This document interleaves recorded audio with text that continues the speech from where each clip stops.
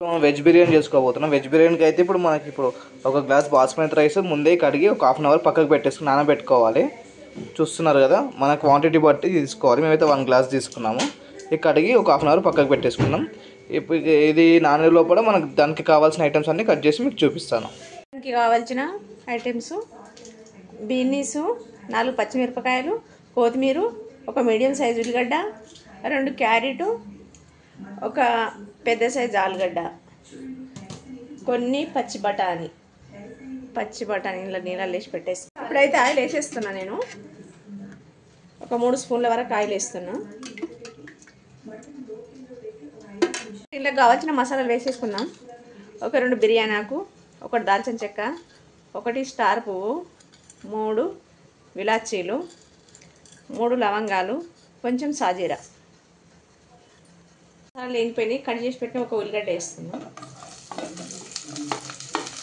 అలాగే ఒక 4 పచ్చిమిర్చి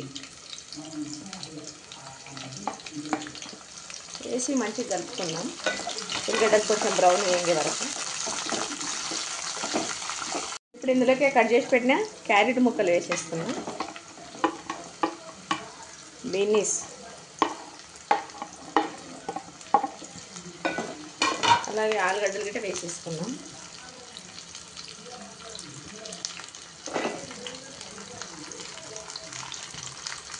ఆలుగడ్డలు మంచిగా కట్ చేసి నీళ్ళలో వేసి పెట్టేసిన. నీళ్ళు వేయకుంటే ఆలుగడ్డలు నల్లగా అవుతాయి, కలర్ చేంజ్ అవుతాయి. వాటర్ వేస్తే నల్లగా కావు, కలర్ మారదు, వైట్గానే ఉంటాయి. ఒక చిన్న కప్పుతో పచ్చి బఠానీ వేసేస్తున్నాం. అన్నిట్లో ఫ్రై అయ్యేదాకా ఆయిల్లో మంచిగా కలుపుకుందాం. మేము మాడకుండా అడగంటకుండా ఒక 5 నిమిషాలు ఆయిల్లోనే ఉడకనివ్వాలి. ఇట్లా ఆయిల్లో ఉడికితే తొందరగా ఉడికిపోతాయి. ఇట్లా మంచిగా టేస్ట్ వస్తాయి. ఫ్రై చేసుకుని 5 నిమిషాలు అయినాక ఒక 10 వరకు జీడిపప్పులు వేస్తాను. ఇలా వేసి మంచిగా ఆయిల్లో ఫ్రై చేసుకున్నాం. మంట చిన్నగా పెట్టాలి, పెద్దగా పెడితే ఇవన్నీ మాడిపోతాయి.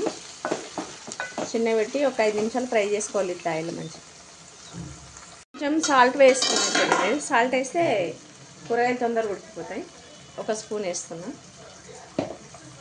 ఇందులోనే కట్ చేసి ఉంచుకున్న కొత్తిమీర, కొంచెం పుదీనా మంచిగా కలుపుకుందాం. అన్నీ కలిసే వరకు ఇలాన్ని సాల్ట్ వేసాం కదా. ఇంకొక 2 నిమిషాలు కలుపు. అల్లం పేస్ట్ వేసేస్తున్నా ఇందులో. ఇగో ఎంత పచ్చివాసన పోయేంత వరకు కలుపుకుందాం. మంచిగా స్పూను బిర్యానీ మసాలా వేసేస్తున్నాం. 1/2 టీ స్పూన్ ధనియాల పొడి వేస్తున్నాం. అల్లం వేస్తున్నాం కదా, ఇట్లా మంచిగా కలిపేసి ఇప్పుడు ఇంట్లో కడిగి పెట్టిన బియ్యం వేసేసుకుందాం. బాస్మతి రైస్ కడిగి ఒక అరగంట నానబెట్టి వేసాం కదా, అవి వేసేసుకుందాం. రైస్ అరగేది తీసుకొని కడిగి నానబెట్టి వేసిన ఫస్టే ఇవి వేసేసుకుందాం. ఇప్పుడు ఇంట్లో బియ్యం వేసుకున్నాక నెమ్మదిగా కలుపుకోవాలి. బియ్యం ఇరిగిపోతాయి. నానబెట్టేసినాం కదా అరగంట, ఇట్లా నెమ్మదిగా కలపాలి. బియ్యం ఇరగకుండా కలుపుకోవాలి. కలుపుకొని ఇప్పుడు ఇలా కొద్దిసేపు ఉడకనిచ్చి నీళ్ళు పోసేద్దాం. ఇప్పుడైతే ఏ కప్పుతోనైతే బియ్యం తీసుకున్నామో దాంతో 1 కప్పు బియ్యం తీసుకున్నాము, 1.5 వాటర్ వేసేసుకోవాలి. 1 గ్లాస్ వేసినా ఇప్పుడు 1/2 గ్లాస్ తీసుకున్నాం. ఎందుకంటే ఫస్టే బియ్యం నానబెట్టేసుకున్నాం కదా, 1.5 సరిపోతాయి. బియ్యం నానబెట్టకపోతే 2 గ్లాసులు తీసుకోవాలి వాటర్. 1 గ్లాసు బియ్యానికి 2 గ్లాసులు వాటర్ తీసుకోవాలి. మొత్తం కలిసే వరకు ఇట్లా కలుపుకొని మంట మీడియంలో పెట్టి మూత పెట్టి ఉడికించుకుందాం. ఒకసారి మూత తీసి చూసుకుందాం. ఇట్లా నెమ్మదిగా కలుపుకోవాలి. రైస్ ఇరిగిపోతే తిరగకుండా ఇట్లా కలుపుకోవాలి నెమ్మదిగా.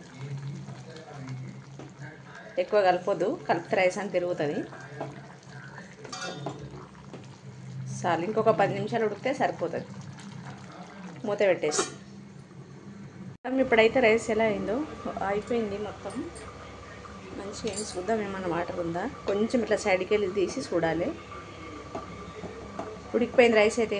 మంచిగా ఉడికింది మొత్తం. కూరగాయలు రైస్ అంతా నీట్గా ఉడికింది. పొయ్యి ఆఫ్ చేస్తా. పొయ్యి ఆఫ్ చేసి ఇంకొక 10 నిమిషాలు ఇట్లే ఉండనియాలి. దీన్ని వాటర్ అంతా గుంజేసుకుంటే అప్పుడు మంచిగా అవుతుంది. వాటర్ గుంజుకొని ఒక 15 నిమిషాలు ఉండనిస్తా పొయ్యి ఆఫ్ చేసి. ఇట్లా దీన్ని అంతా కిందికి మీదికి చేసుకొని ఒక 10 నిమిషాలు ఉండనియాలి. అట్లాగే ఆఫ్ చేసేసిన పొయ్యి ఇదిగో వాటర్ అంతా ఇంకిపోయినాయి. 10 నిమిషాల తర్వాత తినొచ్చు.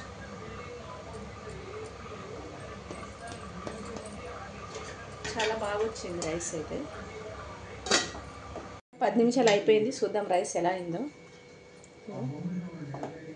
చాలా సూపర్గా వచ్చింది.